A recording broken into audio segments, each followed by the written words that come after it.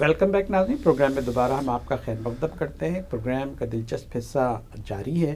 Professor محمد رئیس علوی صاحب کے ساتھ ہم ہیں۔ اردو ادب اور جاپانی ادب میں آپ نے بہت کام کیا ہے اور ملک کا نام روشن کیا ہے۔ پروفیسر صاحب، مجھے کچھ حوالے کے طور پر ایک آپ کا مان یو شو جو آپ کا ترجمہ ہے، اس سے ایک ترجمہ آپ کا یاد آ رہا ہے اور اس کی اپنی غنائیت جو میں محسوس کر رہا ہوں، آپ اس کو انٹروس کریں گے۔ تڑپ ملنے کے دل میں، تڑپ ملنے کے دل میں در پہ نظریں چونک اٹھتی ہوں، یہ ملکہ کہتی ہے جو شاعرہ بھی ہے۔ تڑپ ملنے کے دل میں در پہ نظریں چونک اٹھتی ہوں کہ جیسے تم ہو، یوں باد خزاں چلمل ہلاتی ہے، کہ یوں باد خزاں چلمل ہلاتی ہے۔ تو یہ جو غنائیت ہے آپ میں، جو نغمگی ہے، جو لیرکس ہے آپ میں، جو دو شاعری اس کو ٹرانسفر کرنا، اس کو ٹرانسفارم کرنا بے انتہا مشکل ہے، لیکن آپ کی جو چیز نظر آ رہی ہے تو ایسا لگتا ہے کہ آپ نے تو پورا شعر خود ہی جو ہے کہہ دیا ہے ملکہ کی یاد میں۔ آپ نے بہت اچھی بات کہی، اور یہ بہت ہی خوبصورت نظم ہے، مطلب یہ ملکہ کی جو ہے کہ تڑپ ملنے کے دل میں در پہ نظریں چونک اٹھتی ہوں کہ جیسے تم ہو، یوں باد خزاں چلمن ہلاتی ہے۔ اب کیسا، آپ دیکھیے، اگر ہم اس کو اس طرح سے نہ لکھتے، ترجمہ نہ کرتے، تو اس کا لطف بھی کم ہو جاتا۔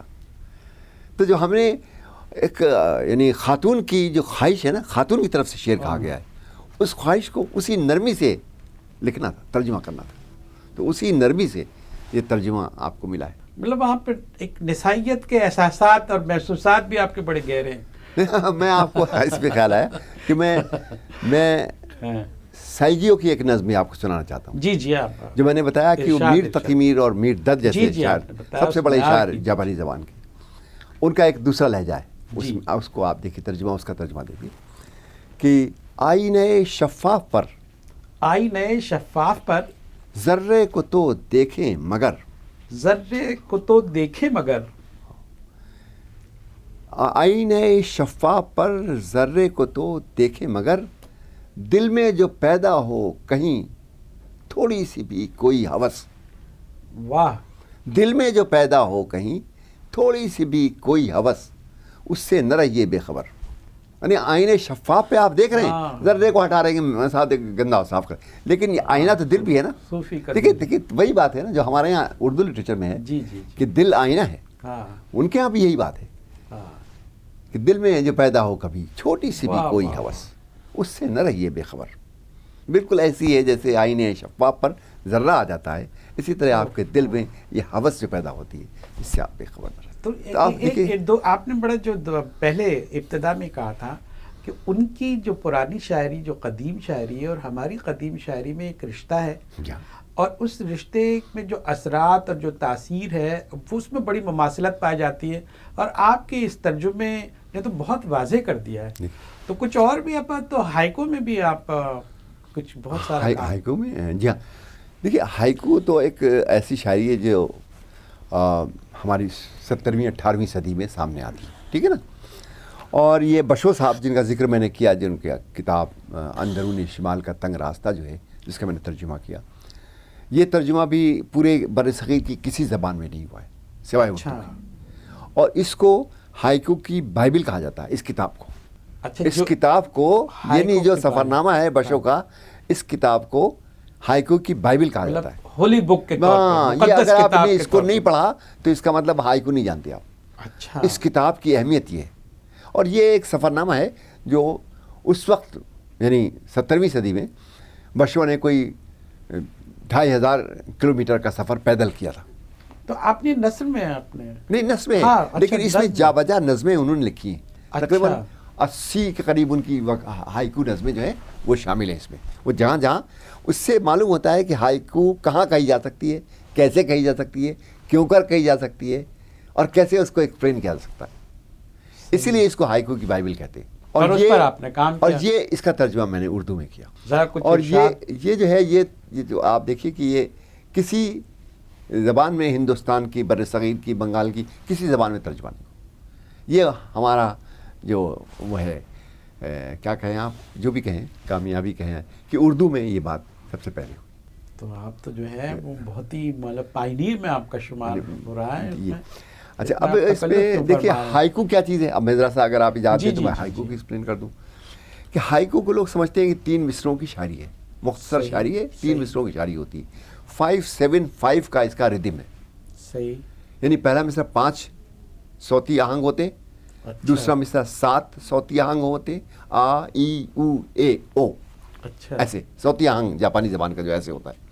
تو پہلے 5 ہے، پھر دوسرے میں 7 ہے، اور پھر تیسرے میں جیسے اردو میں ہوتے ہیں. جی ہاں 5 ہے، ایسے ہوتا ہے.